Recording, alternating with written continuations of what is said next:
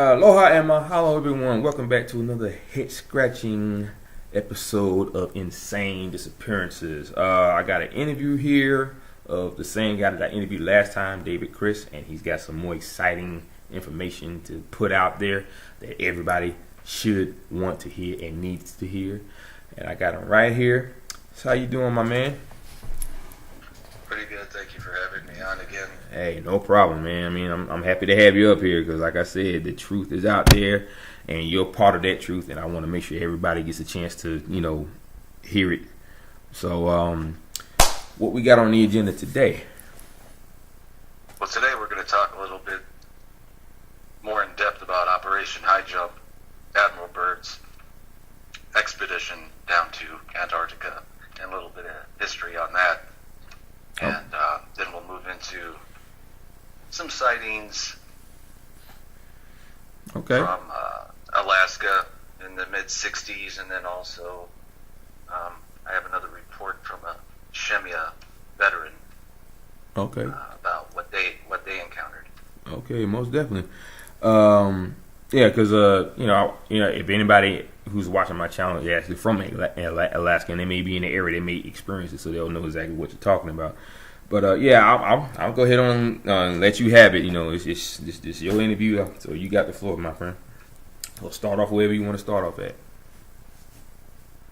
Well, much of what I know about Operation High Jump comes directly from Mae Brussels' research, because there's a lot of research on Operation High Jump, tons of videos, and I know that YouTube has had clips of Admiral Byrd's interview, and I think collectively it's 6 hours long, but I haven't even begun to even go search for it. From what I understand, Chris had viewed it at one point, and he says that they're breaking it up, and there's a lot of people editing things out and editing things in, so now you have to really be careful about what we read on Operation High Jump. Because they like to tie it in, certain people like to tie it in with the flat earth theory, and nowhere have I read that Admiral Byrd talks about a hollow earth. He talks about a separate continent on the other side of Antarctica. That's what Chris had told me about when we were discussing High Jump. But a lot of this comes from like a Chilean newspaper and a book called UFOs, Nazi Secret Weapon, ? By Jacques Vallée.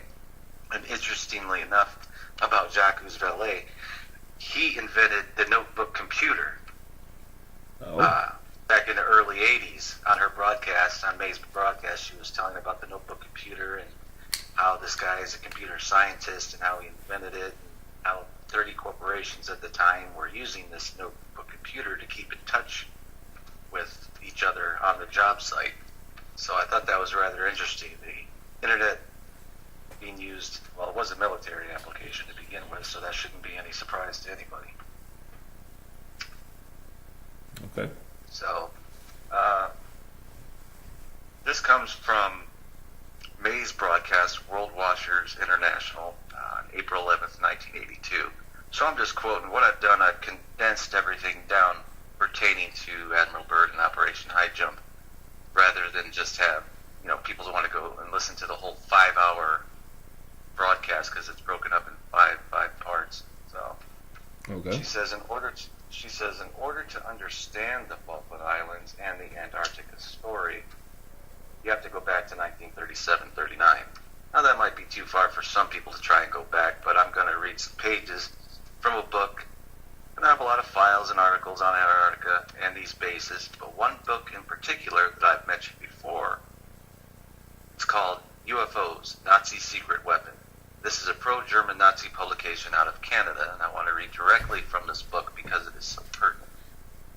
On pages 86 and 87, it talks about, well, first of all, the Guinness Book of Records. Now, at the end of World War II, the greatest unsolved robbery was at the end of the war, when the Reichsbank treasury was emptied of all its money, and the bank vaults in Berlin were completely emptied out, and the headquarters for the World Monetary Fund in Basel, Switzerland, found that they had $15 billion in circulation that shouldn't exist. There was 4 money. The code name was Operation Bernhardt.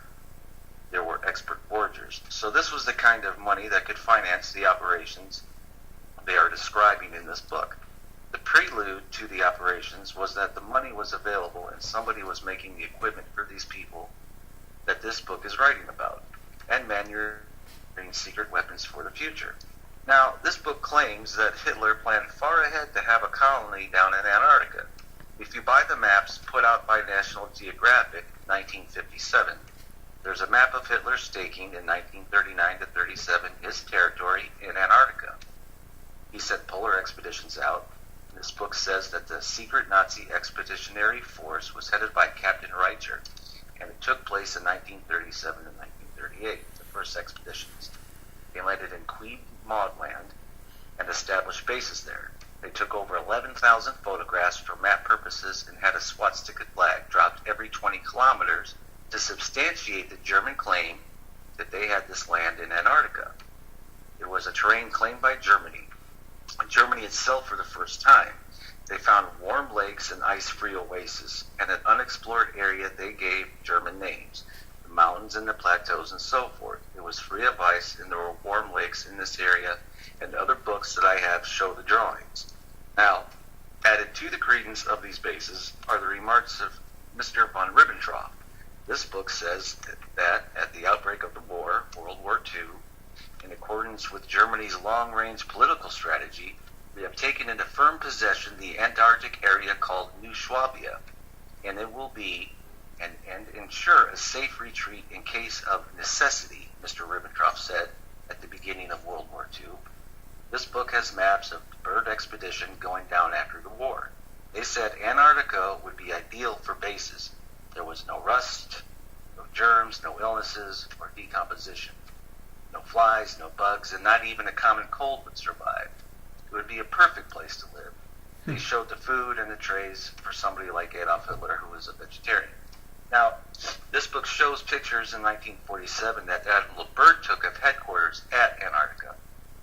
This book asks the question, how could all this have taken place in the 20th century without deception? Hardly. What steps were taken to discover the truth? What has been done about the secret bases, about their existence? Why did the world not hear about these incredible events? Obviously, Hitler's escape was soon discovered by others. There were statements of Stalin, Eisenhower, and quoted sources, and they speculated their Nuremberg trial was staged to show they surrounded and rounded up these particular Nazis. Washington, Moscow, and London decided that they had to go down to Antarctica and investigate what was happening. So they used the excuse of scientific work and set up a large expedition with 4,000 specially selected elite United States Navy troops with an 8-month food supply. 13 ships under the control of Admiral Byrd to make, in quotes, a scientific expedition composed of military types and no scientists. The U.S. Antarctic Battle Fleet left Norfolk, Virginia, December 2nd, 1946 in battle groups, and England and Norway also sent forces down. Churchill, and this is a statement of Winston Churchill, and this comes in later to the UFOs and the bases and the confusion of UFOs that have continued since. Churchill at that time spoke of the Iron Curtain in 1946. He said, in quotes, "The Crusaders in Europe killed the wrong pig." Churchill realized that they should have destroyed Bolshevik Russia and not Germany. The general public was told that this was a research mission to locate uranium and to study the weather. Admiral Byrd undertook this with the armed observation camps that were set up, because the South Pole lies between us and our enemies. They considered in 1947 the enemies Germany and the Nazis that had gone down there during the war and after the war, that they would have, or that they would be trouble later. They wanted to find out these were continuous enemies because they didn't believe the war was over, and they went down there. Further questioning as to who the enemy was asked July 7th in Santiago, Chile of Admiral Byrd in El Mercurio newspaper down there. He said, the Axis powers had been only defeated and had unconditionally surrendered, but he realized that they would rise again, and he had an interview in the paper in Santiago, Chile. It was soon learned that the scientific job, the mission, the task of observing the activities of the foreign power, Nazi Germany, in the South Pole region, was part of the activity that Admiral Byrd reported back. He wanted, in quotes, to break the last desperate resistance of Adolf Hitler. In case we find him inside his new Schwabenland in the Queen Maudland region, we will destroy him, unquote. There were Spanish books out at the time. Hitler está vivo means Hitler lives. The United States expedition arrived and landed in Antarctica, and with them, the latest in military gear and gadgets. So you see, it was a warfare military operation at that time. This isn't new to the United States or Great Britain. Bases were established and quickly expanded. Now, after they set up their bases and set up their equipment, the instruments went totally haywire. The performance gauges, all the meters behaved in a most erratic manner, causing Admiral Byrd to abort the flight and return to his base on visual controls. All the meters weren't working and he couldn't fly airplanes over there. It has been reported by papers and sources previously mentioned here that Admiral Byrd had located the secret Nazi base and was approaching it when an incident took place and had to abandon the flight. Some of his planes went down. He was warned about Hitler being there, and he knew Birchter's garden called Hitler's Shangri-La. Now it says that 48 hours after he located some of these bases, 4 of Admiral Byrd's planes were lost, some without a trace and others without any survivors. Admiral Byrd hastily abandoned all his efforts and disembarked all his force and came home. On board his flagship, the Olympus, he gave the following interview translated in Spanish. This is March 5th in Chile, 1947. It was the front page of the newspapers. Admiral Byrd was talking about what he saw down there.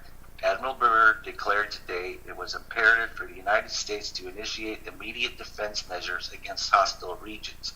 Now, he assumed what was going on down there was hostile.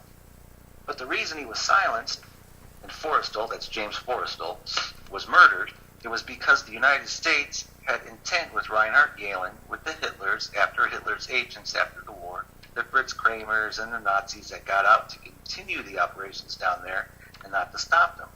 He thought this was hostile region. The planes weren't working, all the meters weren't working, and the planes were going down.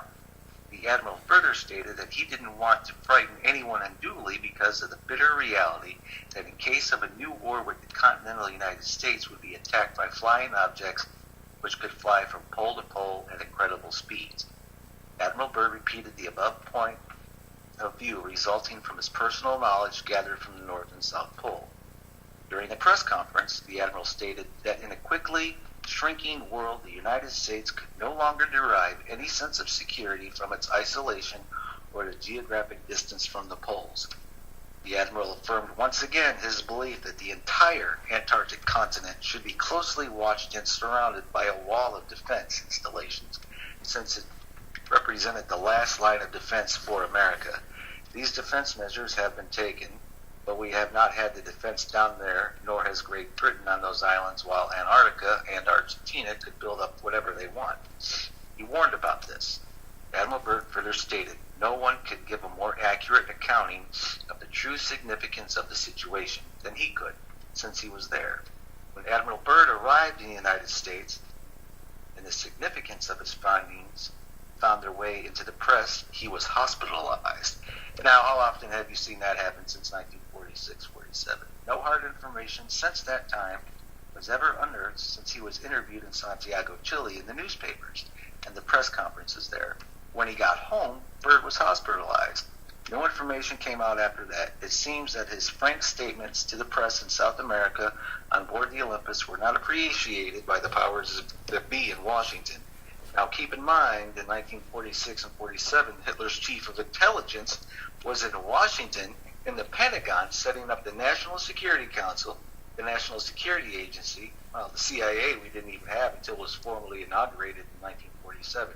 But those years, 1945 to 47, top Nazis from Germany were in the United States Pentagon making plans for the future. Now, what is the future? The future is what you will see in tomorrow's headlines or what you see and read today. That is the future. That is now. This book says he was the first victim in a long string of prominent people removed from circulation. Now, these authors knew that he was the first of a long string. I'm sure he wasn't the first. I know he wasn't the last. But I have said that many people have been hospitalized and have been caused suicides, have been murdered, who have been who had any inkling to catch on to these long-made plans that literally were traitors taking over America to continue what Churchill thought should have been done, fighting the Soviet Union at any sacrifice, so that eventually our country is worthless in terms of what we are doing to our people here. We've been geared to this war machine for this long, long time. This book states that for their honest belief in the UFO and the fast speeds they could go from pole to pole, people like Admiral Byrd were put into the hospital. And this book has 6 points of conclusion, and they're pretty short. They're, number 1 is the final outcome of World War II is yet to be decided. That is born out of the late General and former President Eisenhower. He said the Second World War has not yet ended, and it was corroborated by Admiral Byrd's alarming phrase that in case of a new war, Hitler's last battalion is waiting for its golden opportunity to tip the scale in the configurations to come. Number 2. Secondly, over 40 small wars since 1945, including Korea and Vietnam, of which Alexander Haig and Henry Kissinger and Fritz Kramer were a part, and Reinhard Gehlen were supposed to provoke a premature showing of hands by the last battalion. But they again came along, these last 44 small wars, to bring us into total debt we will never be able to pay. Third, Hitler has defended that secret lair as successfully against Byrd as his numerous headquarters in Europe. Byrd was forced to retreat and to acknowledge the superiority of the UFOs and the secret weapons. The new Third Reich, which I refer to it always as the Fourth Reich, maintained its crucial time technology advantage over World War II adversaries. They maintained it, and by the time this book was written, they possibly increased it. Now, just to remind the audience, this book came out in 1976 or 79. Okay. I think it was 76. Idealism has triumphed over materialism in that the German state only was destroyed, but not the ideology of National Socialism. Finally, there's a 30-year cover-up by Brain, or more often by Braun, of the true identity of where UFOs come from, their origins, and they have suppressed the unholy alliance of 1939 to 1945. The only real reason for the UFO cover-up, and this book was written a while back, and don't forget, when this was written, they didn't know that in 1982, the time of this broadcast, that in April of 82, the United States Supreme Court said you cannot have information on UFOs. It's national security. Everything on UFOs that you need to know is locked up. And what they wrote in this book on these secret weapons was the real and only reason for the insane UFO cover-up is to be found in the German origin. The Allies in the East and West have told so many lies. Now, the Nazis are around, would only be logical and natural for them to take revenge one day. So that's a lot of information just right there, and that's just from the very first snippet of the broadcast that she did. Okay. Because you have another fella, Lyle Rose. He wrote a book called Assault on Eternity. Now this guy accompanied Admiral Byrd on his mission in Antarctica in 1956, and he was a participant. He referred to Byrd as a political admiral who was considered one of the nation's top military explorers.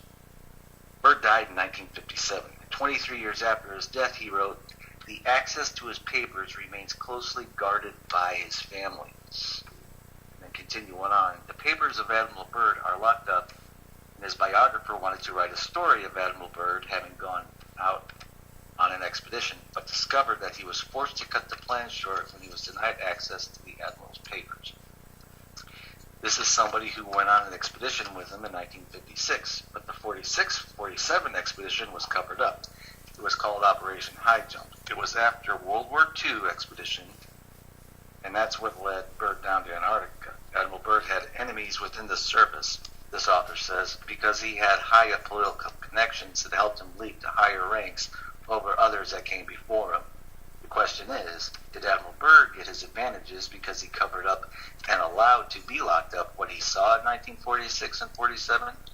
This book review just has a brief description of the way the material was locked up.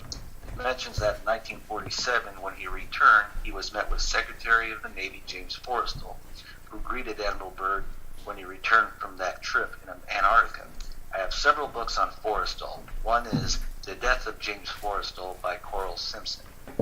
They describe it as a murder mystery, not fiction. The murder of the first Secretary of the Navy, James Forrestal, was an overwhelming result of an assassination plot, and it goes into how he fell out of the hospital in Bethesda, Maryland, on an alleged suicide. But they concluded it was a clear case of murder. That's one book of Forrestal. Another one, called James Forrestal, A Study of Personality and Politics by Arnold Rogow, R-O-G-O-W, was published in 1963 by Macmillan. May 22nd, 1949, James Forrestal, America's first Secretary of Defense, plunged to his death from the 16th floor of Bethesda Naval Hospital. He had been put in there for psychiatric treatment, and also when Byrd came home, as I say, he was put in the hospital for other illnesses. I don't know what they called it. They described him as an intellectual expert on Wall Street and big business. He worked with the power elite. Forrestal had rejected Catholicism and converted. It's a story of his biography. The controversies of Forrestal and his death, building up to his death at Bethesda Naval Hospital, and considering the links of Admiral Byrd and the secret papers to the Secretary of the Navy, because Byrd was an admiral and Forrestal, he was a Secretary of Defense, rather. He had spent to report to him, and tragedies and secrets followed everything that Byrd set out to do. He set out to find the answer to some questions, and all of his machinery went astray, and planes went down, and bodies weren't found, and he gave an opinion of what was happening, and warned about World War III down there, that World War II never ended, and the fellow that he reported to was dead, and Forrestal had been put in a hospital. So imagine that. Wow. Forrestal, I remember he served, had something to do with some UFO reports and things like that as well. And then from another broadcast, she goes into, on the 18th of April, 1982, she says, the average person thinks that Antarctica is just a bunch of ice with a lot of penguins and nothing else going on. All you have to do is get your National Geographic maps going back for 20, 30 years, and you realize that there's a lot of building, construction, and locations and places that are more than fascinating to study. I mentioned last week the expedition of Admiral Byrd. That was his top secret visit. On the map of Antarctica, the National Geographic one, there's an area there. It says the most surprising discovery of Byrd's operation, called High Jump in 1947, was a so-called oasis here. Ice-free blue and green lakes. Inner arms of the sea were scattered among 300 square miles of bare brown hills. Brown hills, ice-free areas, green lakes. Admiral Byrd, 1947. Those are the areas that are top secret, that we are not allowed to see, that are locked up or destroyed. Those are the areas that Admiral Byrd was talking about in the Chilean press on his way home. And then the documents were locked up. You haven't seen much in the last years at all. Even though these maps have been public for a very long time, nobody seemed to take note. It would be interesting to go back and get those back issues of National Geographic. If we have anybody in the audience that knows anybody with these back issues, we should try to find them, because that's what I like about Mae Brussels' research. She gives names, dates, books, articles, everything. She says, I just want to read a couple of pages from a book called Messengers of Deception by Jacques Vallée. Vallée wrote this book in 1979, and it's about spaceships, and Vallée is somebody who incidentally was written up in the San Francisco Chronicle just this last week, April the 12th. He's also a space researcher. He wrote in 1979, let me summarize my conclusions about the UFOs. Now, take note what he says here, because it may sound familiar to the new, I don't want to say the new age way of thinking, but it just seems like people nowadays, when they speak of UFOs and aliens, I telepathically communicated with El Guapo from Caesar 7. It's so silly. But this guy nailed it back almost 40 years ago, right on the head. He says, the UFOs are real. They are an application of psychotronic technology. They are physical devices used to affect human consciousness. The reason I'm reading this is because there are a lot of hard evidence that the UFOs are man-made. They are made down in Antarctica by the Nazis as weapons. with United States technology, also inclusion with the United States Air Force and NASA and Nazi scientists. And it is why this area is so important. He says they may not be from outer space. They may in fact be terrestrial-based manipulating devices. Their purpose may be to achieve social changes on the planet. Their methods are those of deception, systematic manipulation of witnesses and contactees, covert use of various sects and cults, control of channels through which the alleged space messages can make an impact on the public. The UFO researchers must realize that this involves politics. The UFOs will make an impact on our social reality. They are a part of our political reality. They will show the brutal consequences of the models, the way the UFOs are used, the apprehension it will give people, leading to the mutilation of animals that are taking place throughout the western states, are part of the psychological manipulation. He said, a friend who read this book in manuscript told me not to publish it. That's not what America wants to hear, he said. America wants UFOs to fly down from heaven like the Close Encounters of the Third Kind, filled with new hopes for mankind. America wants a shiny spacecraft to replace the deflated balloon of its religious values. If UFOs are connected with unexplained mutilation of cattle and with the behavior modification on a grand scale, America doesn't want to know about it. England began as the Martian conspiracy. This is interesting, what he says here. Incidentally, the arrival of the Martians was a sensational success. The Orson Welles show in New Jersey in 1938, the story of the Martians. Oh, yeah. So the British intelligence used the title of the Martians, and he said in this book, it was used by British intelligence during World War II. It had nothing to do with the Red Planet. It's a spy industry created to keep the Allied command informed and on the move, informed on the moves and the intentions of the German Wehrmacht. War machine. It goes into the lies that the intelligence system needs, and the subterfuge and the magic to keep people off their guard. The ICS in London was set up by Winston Churchill. It was called the controlling system. It was weaponry by special means of disinformation. The work of the Martians was to manipulate people, friends and foe alike, and keep them off their guard. Now, the London Control Section that was set up by Winston Churchill was run by Colonel John Bevan, and they had major members. Major Derek Morley, a major financier and shipping magnate. They had links to various people in espionage that went into the Middle East. Sir Ronald Wingate. Wingate was a son of Wingate Pasha of the Sudan and a cousin of Lawrence of Arabia, who was also in British intelligence in the Middle East. Leading businessmen, shipping magnates, millionaire industrialists, spies were used in the LCS of Winston Churchill. They used the number XS double cross. What they were going to do was manufacture and deliver intelligence that was confusing to people. And the beginning of the spy system during World War II then was transferred over to the disinformation department of UFOs and the flying saucers, while the Nazis continued to build those weapons down in Argentina or South America or wherever they're being made. If they're man-made, that's where they're coming from.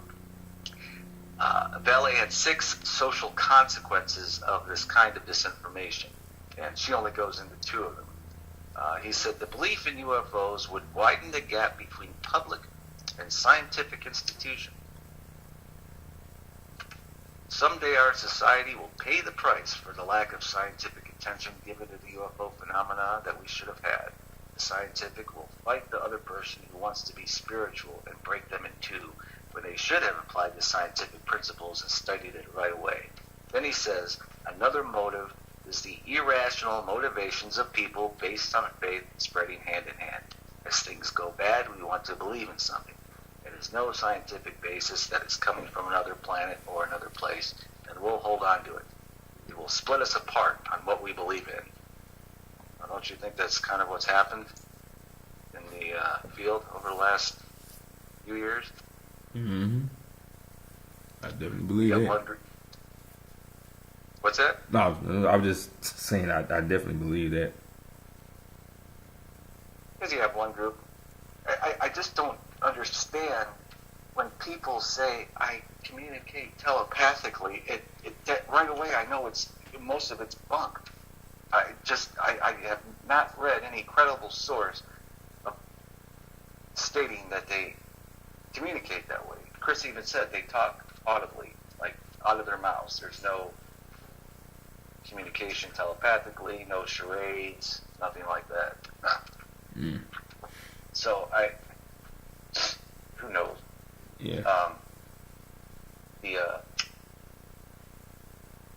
She cites another National Geographic article in June of '76. Tells about the National Foundation. This is interesting. The National Foundation going down to Antarctica in 1966.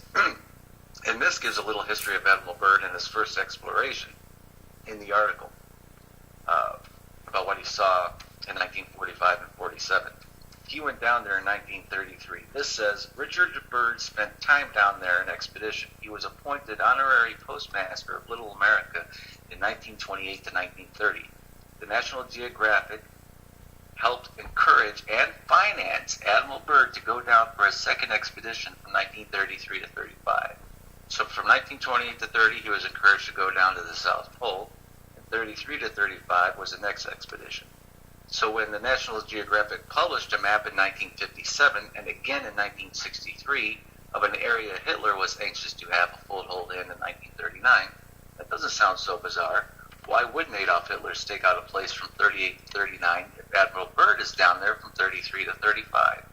The Americans were down there, the American military were down there, the scientists were there, so the Germans certainly kept up and were more advanced than us on many of the technologies for surviving down there, I'm sure.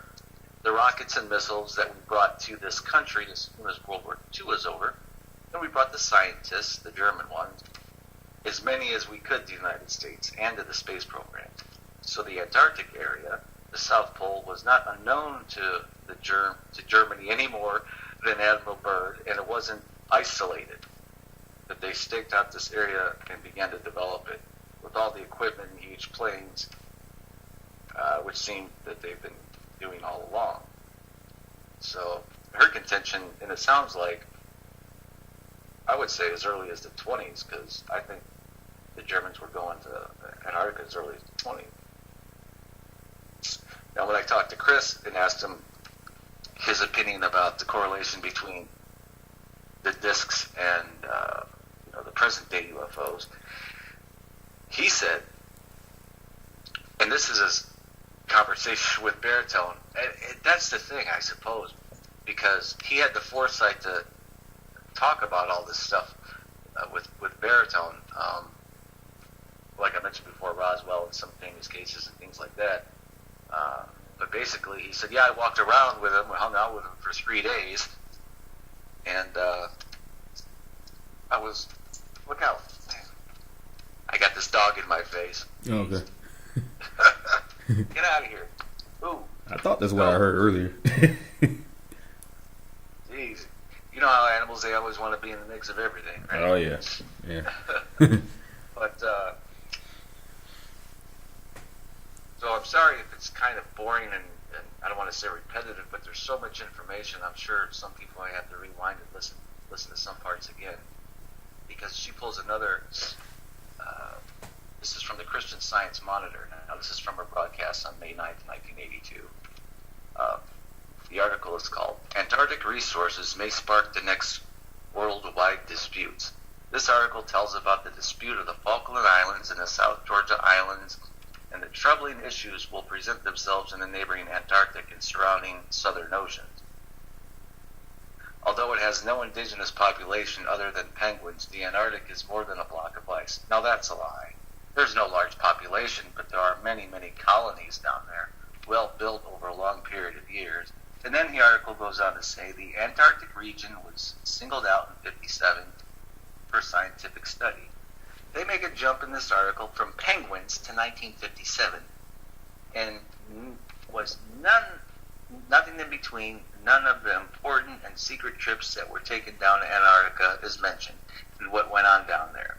But the conclusion in the article of the Christian Science Monitor is there is this international framework here for the proposals of the Antarctic Consortium, that huge multinational corporations should go down there, take a look, and get together, which we'll know they'll do. they'll take one more continent and serve it for their own purposes. There's something even more interesting about Antarctica. Now, one of the subscribers to World Watchers, she goes into, somebody sent her an article from National Geographic, October 1959, called What We've Accomplished in the Antarctic by Rear Admiral George Dufek, D-U-F-E-K. This article states on page 548, Admiral Byrd's trips down there, the sailing ships 1939, and Admiral Byrd said in quotes, I believe the Antarctic will play a very important role in the coming space age. The South Pole is on a platform. This is interesting. The South Pole is on a platform which the Antarctic continent remains stationary, as all other points of the Earth's surface move from west to east with the Earth's rotation. Thus, a satellite in southern orbit can be observed the South Pole every time it passes around the Earth. Such satellites, when eventually manned, could be controlled better from the South Pole than any other spot on the Earth's land surface. By control, I mean give out instructions for the pilots to break out of the orbit and land. The article goes on, National Geographic Antarctica is an air hub of the future. In this era of ever fantastic and increasing speeds, don't neglect the future important remote areas on the Earth. That was National Geographic 1959. Oh, okay. Okay, so So it sounds like somebody has plans for Antarctica. yeah. I mean, I've heard a lot of stories about Antarctica too. I mean, just like the big hole that's supposed to be up there, and then I heard there's also a hole on the South Pole too. Because there's a video on YouTube, and the guy's name I cannot recall right now, but he has some very damning information to talk about it with a lot of things dealing with UFOs and Antarctica and stuff like that. When I look it up, I'll let you know what it is, and you can check it out. It's very, very informative.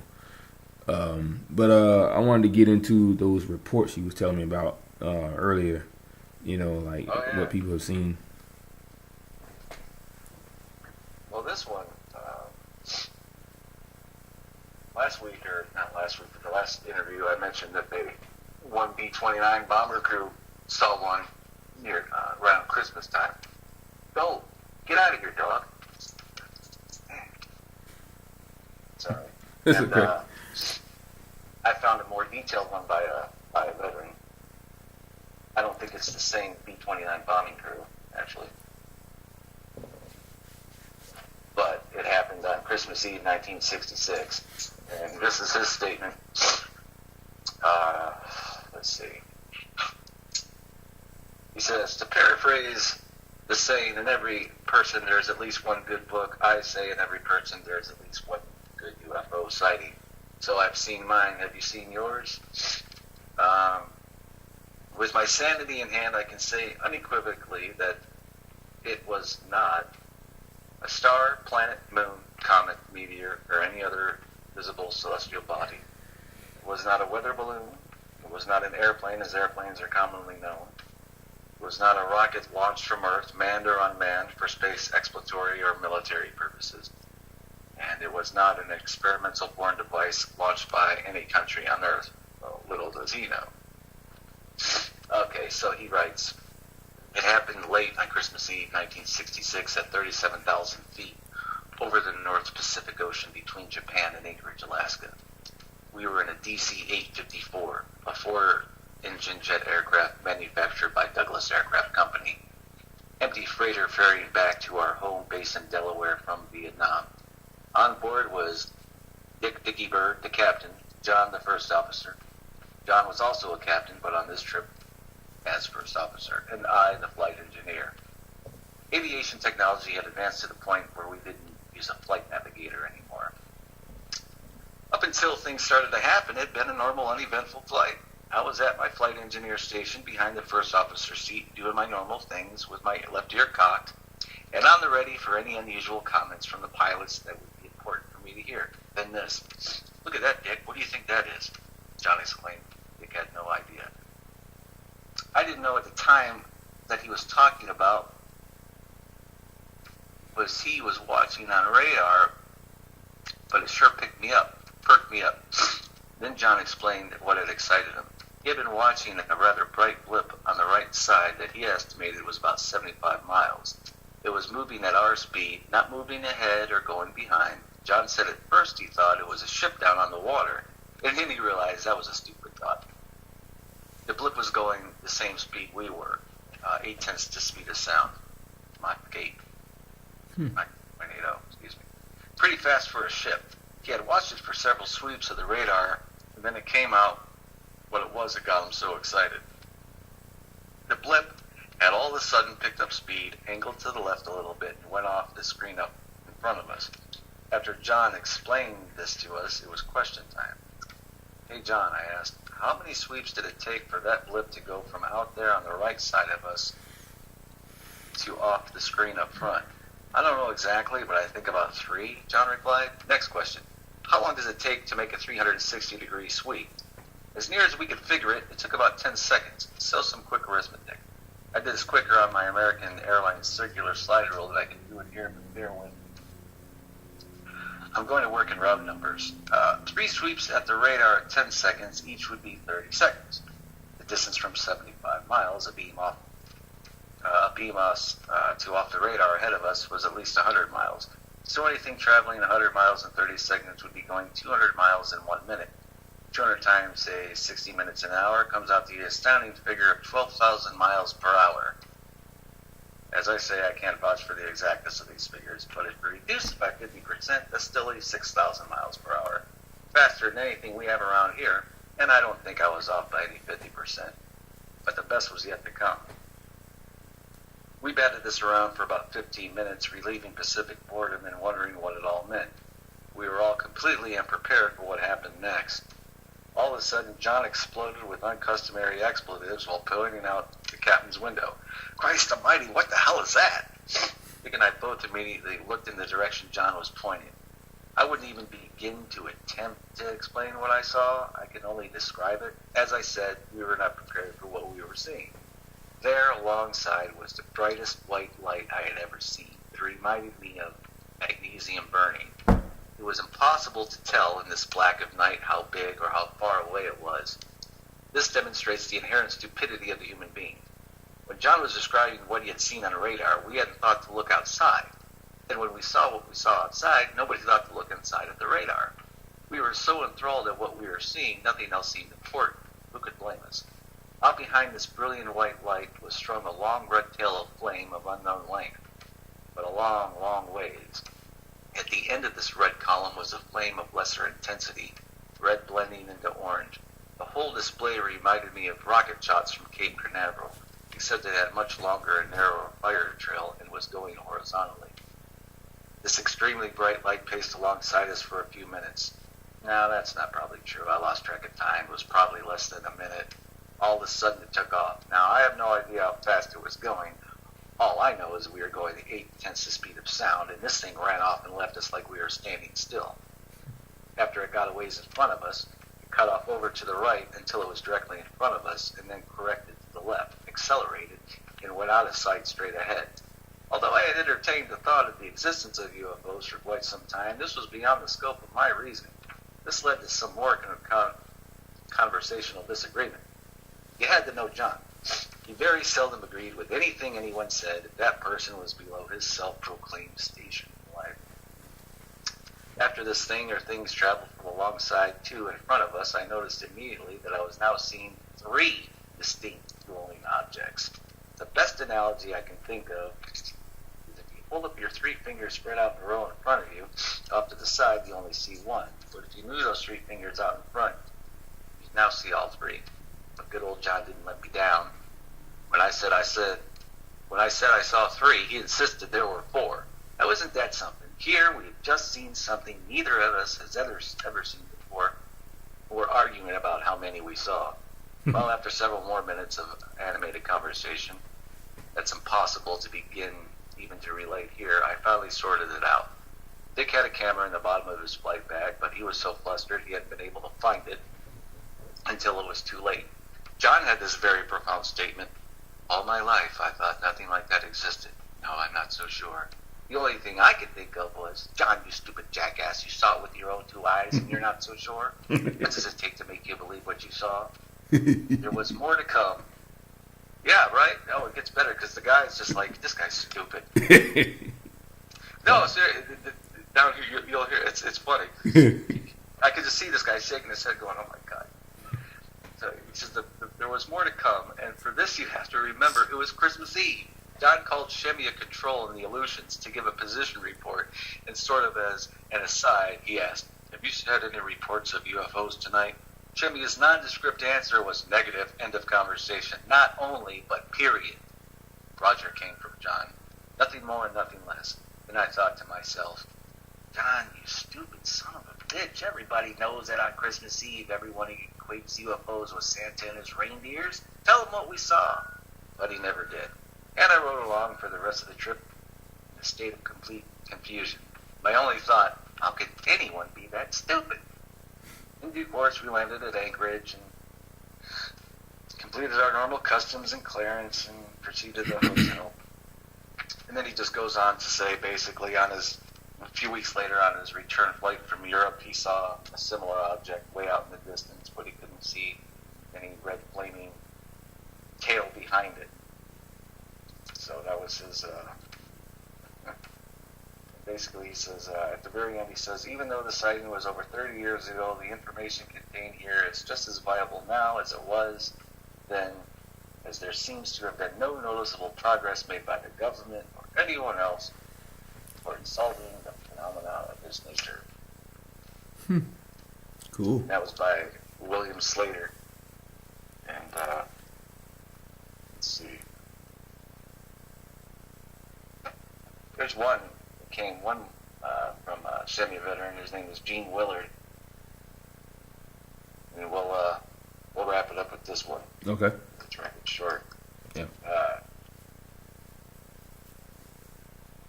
He says, I was flying Rivet Ball. Actually, I found out it was the Rivet Amber. I guess they're two separate aircraft. That was corrected. Okay. But in his original report, it was a Rivet Ball. And I think when I talked to him later, he says that was actually the Rivet Amber. Okay. I think Shemia veterans would probably know what airplane this is. So he was flying a mission out of Shemia, Alaska in the summer of '69. I was the Lucy, as the AMS was called. Many of the operators, they named themselves after the Charles Schultz's Peanuts characters. Let's see, let me get to the meat of it here.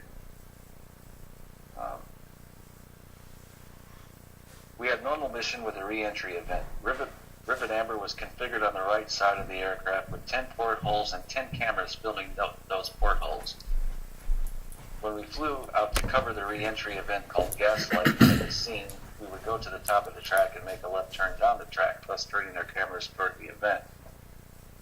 Well, so they did this operation, and he says, we did get a Gaslight that day, and I and the rest of the spooks, as we were called by the SAT crew, were fairly busy when the AC called and asked me to look out the porthole. I told him I was busy and I'd seen re-entry events in the past, but he insisted that I look out the porthole. I got up and looked out the porthole, and just over the horizon I saw what appeared to be a huge wheel that may have been slowly rotating.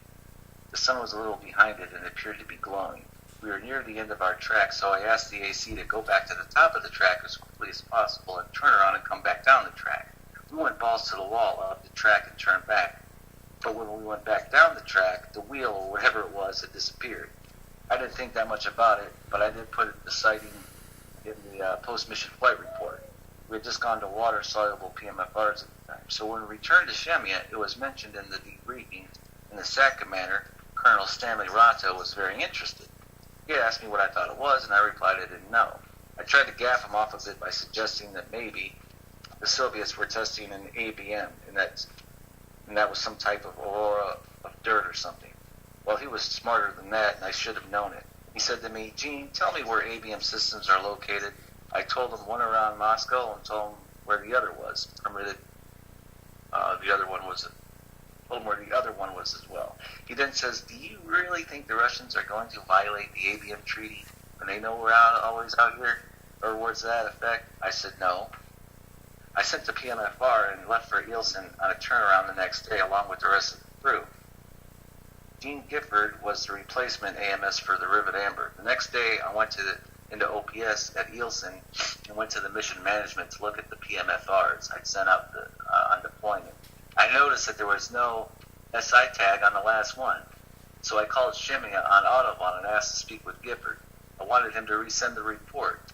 He hesitated a bit and said he had no longer had it. They had spilled coffee on it. Well, how could that be? I filed it myself. Well, maybe you should talk to Colonel Ratto. But our OPS officer, Captain Stanley, got on the line and told me to forget it. I said, forget it? Stanley replied, yeah, forget it. I said, okay, and hung up, and that's the last I ever heard about it. To this day, I don't know if there was some kind of cover-up, or if there's some kind of snafu. I do know it would be easy to cover something up, as we were the only ones out there, in contrast to Stellar Skeen's later encounter, where a lot of other players were involved, including international players. Oh, and much later on, the United States Air Force Foreign Technology Division at Wright-Patterson Air Force Base, Ohio, told us that the film we sent them was blank. Wow. Yeah, right. Nah, it wasn't blank. We ain't showing you what you captured. At least they took pictures of whatever that was. That was, so there's a lot of activity in the string of activity, right from World War II all the way on up. Yeah, I see. So, Chris says basically what happened. I don't know how true this is, and I'm guessing he got this not only from the interviews from Admiral Byrd that he saw on documentaries, but I guess there's a separate continent down there beyond Antarctica, and that's basically, from me talking to him, I wish I could get his words verbatim, but basically it was saying, when the Germans went down there, they found the alien base, and we were basically getting into cahoots with them, trying to gain political favor with them. So I don't know. Some of these rumors and stories, they could be true.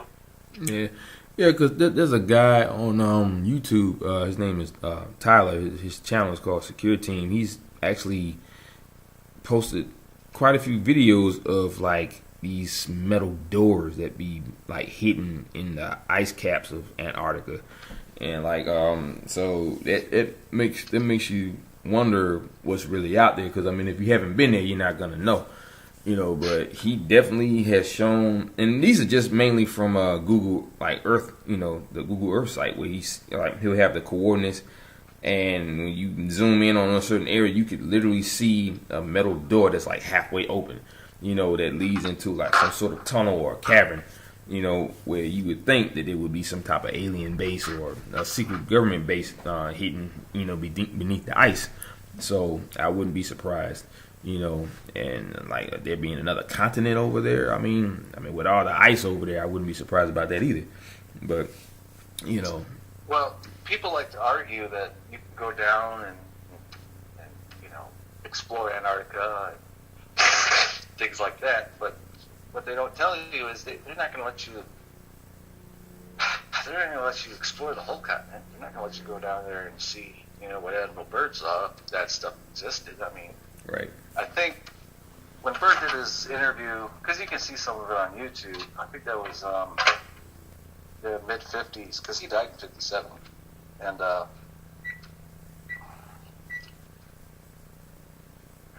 who knows? Yeah. Who knows what? But when that's the difficult thing when you're researching years into the past, and now with the internet, people can go out there and with Photoshop and a few stories, a few lines from a story from here, a few from here, and you got a whole new story, something that's made up that's not even provable. Yeah, I often wonder about the dark web and wonder if that would have more credible information than the web that we are part that we know about. Because you can find some of everything on there, so I wouldn't be surprised if you could probably find some of the stuff that we can't seem to get on Google or whatever else or any other search engine. Because I heard that they on the dark web they have like maybe 100 times more information than the search engines that we know of. Because I think it's like you probably see maybe 30 to 50% of what you can get from the dark web, but I haven't acquired that that program yet. So, but yeah, it used to be where you could find anything on the internet. You know, it was a whole world of just, you know, go here, go there, and nothing was suppressed or hidden too well. You know, and I loved Napster when it was out. You could find all sorts of good files on Napster too, not just songs, videos, documentaries. I mean, everybody was putting stuff online back then. yeah. But, you know, I think I remember hearing something that the government was trying to buy the internet so that we wouldn't be able to see, you know, or look up the stuff that we're able to look up now. But I doubt that ever. I don't know if that actually happened. And if they did, nobody can really tell because they probably induced a lot of information that was, you know, covered over with stuff that they wanted you to know about on there. But I don't know that for sure. I just know that's what they said. I mean, if they can buy a bunch of mountains, you know, around Area 51, there's no telling what they can do with the internet, you know. So, well, I just like to know what gives people these ideas or this idea that any non-human entity is going to come down and save you from your life. I just don't get it. I guess. I mean, if it ever happens, I guess we'll find out. I guess, but it reminds me of the old. I wish I still had this book. I used to have this old UFO book. It was published in 1982, and it mentioned Marshall Applewhite. Now, for those of you who may not know or may not remember, Marshall Applewhite was that cult leader guy that had his followers that killed themselves in 1996 in California when Hale-Bopp Comet came along. Oh, yeah, I remember that. Yeah, that guy. Well, that guy was mentioned. Him and his wife were mentioned in this UFO book that this guy wrote in the early '80s. And I stumbled. I was at you know how churches have fundraisers. Mm-hmm. So I was at a church one day, driving by there, you know, yard sales, things like that. That's where I saw the book. And the guy wanted too much money for it. He wanted something like $10. And I realized it was a donation, but I'm not going to pay $10 for one book. But I was reading through it, and it mentioned Marshall Applewhite. I just started laughing. Because they were trying to, from what I remember, they were trying to give him, like he was a credible source of information. Thinking, yeah, they just, little how they know that years later he's going to kill himself and, you know, his followers. Right. Yeah. So but here, that goes back to what Ballet wrote in his book, Various Sects and Cults, to, you know, disinformation and basically alter your perception. Like what he said about that. Wow. But we should have done this one first because this is like the history, and then we go into Chris's story. But there's just so much with Chris's story. It's going to be, you know, I don't want to sit here for 2 or 3 hours. I mean, we probably could do one day, but I don't want to. Well, like I said, the next time we talk, you know, and we in our interview, you know, we could definitely talk about Chris. That'll be one of the first things we talk about. That way, you can cover a lot more ground of what he said, or, you know, or what he experienced. So that's. And I'm going to try to work on him to see if he'll come on. Actually, maybe he'll want to do a three-way. Oh yeah, that would be great. That would be perfect. You know. No. His experience with John B. Wells and what happened to him after that pretty much scared the bejesus out of him. Wow, that's crazy. People calling him, they sent viruses to his computer, threatening emails, and I'm thinking, and I thought to myself, really?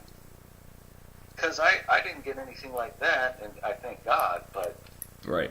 Like I said, I'm just a reporter. Here's the story. I'm doing my fact checking as best I can. You know, these guys existed. These guys, you know, were around. Or are around. Some of them passed on. Right. Unfortunately. Yeah. But I will let you go. Okie doke. I thank you and your audience for listening. Oh, no problem. And like I said, the last interview that you did, everybody was loving it. I mean, it's like I was getting comments all over the place, and the views was shooting up within one day. So that's, you know, I know this one's going to be just as good as the last one. So, and I do want to thank you once again for all the information you're putting out there about the truth and all these government projects, so, but yeah, I do have to go because I got to really start getting ready for work and everything. So I want to thank my guests, Jason, Chris, for the interview, and I want to thank you guys for coming out to listening and being able to get me to the point where I want to get to with the subscription. I want to thank you guys once again for that. But also, like I said, I want to thank Jason, Chris, and I hope next time we talk, we'll have even more, which I know he will. We can talk about this guy Chris, who had all these experiences and everything. So, guys, you know how I do it at the end of every video. Aloha, mahalo, and hui ho. Have a great day, guys.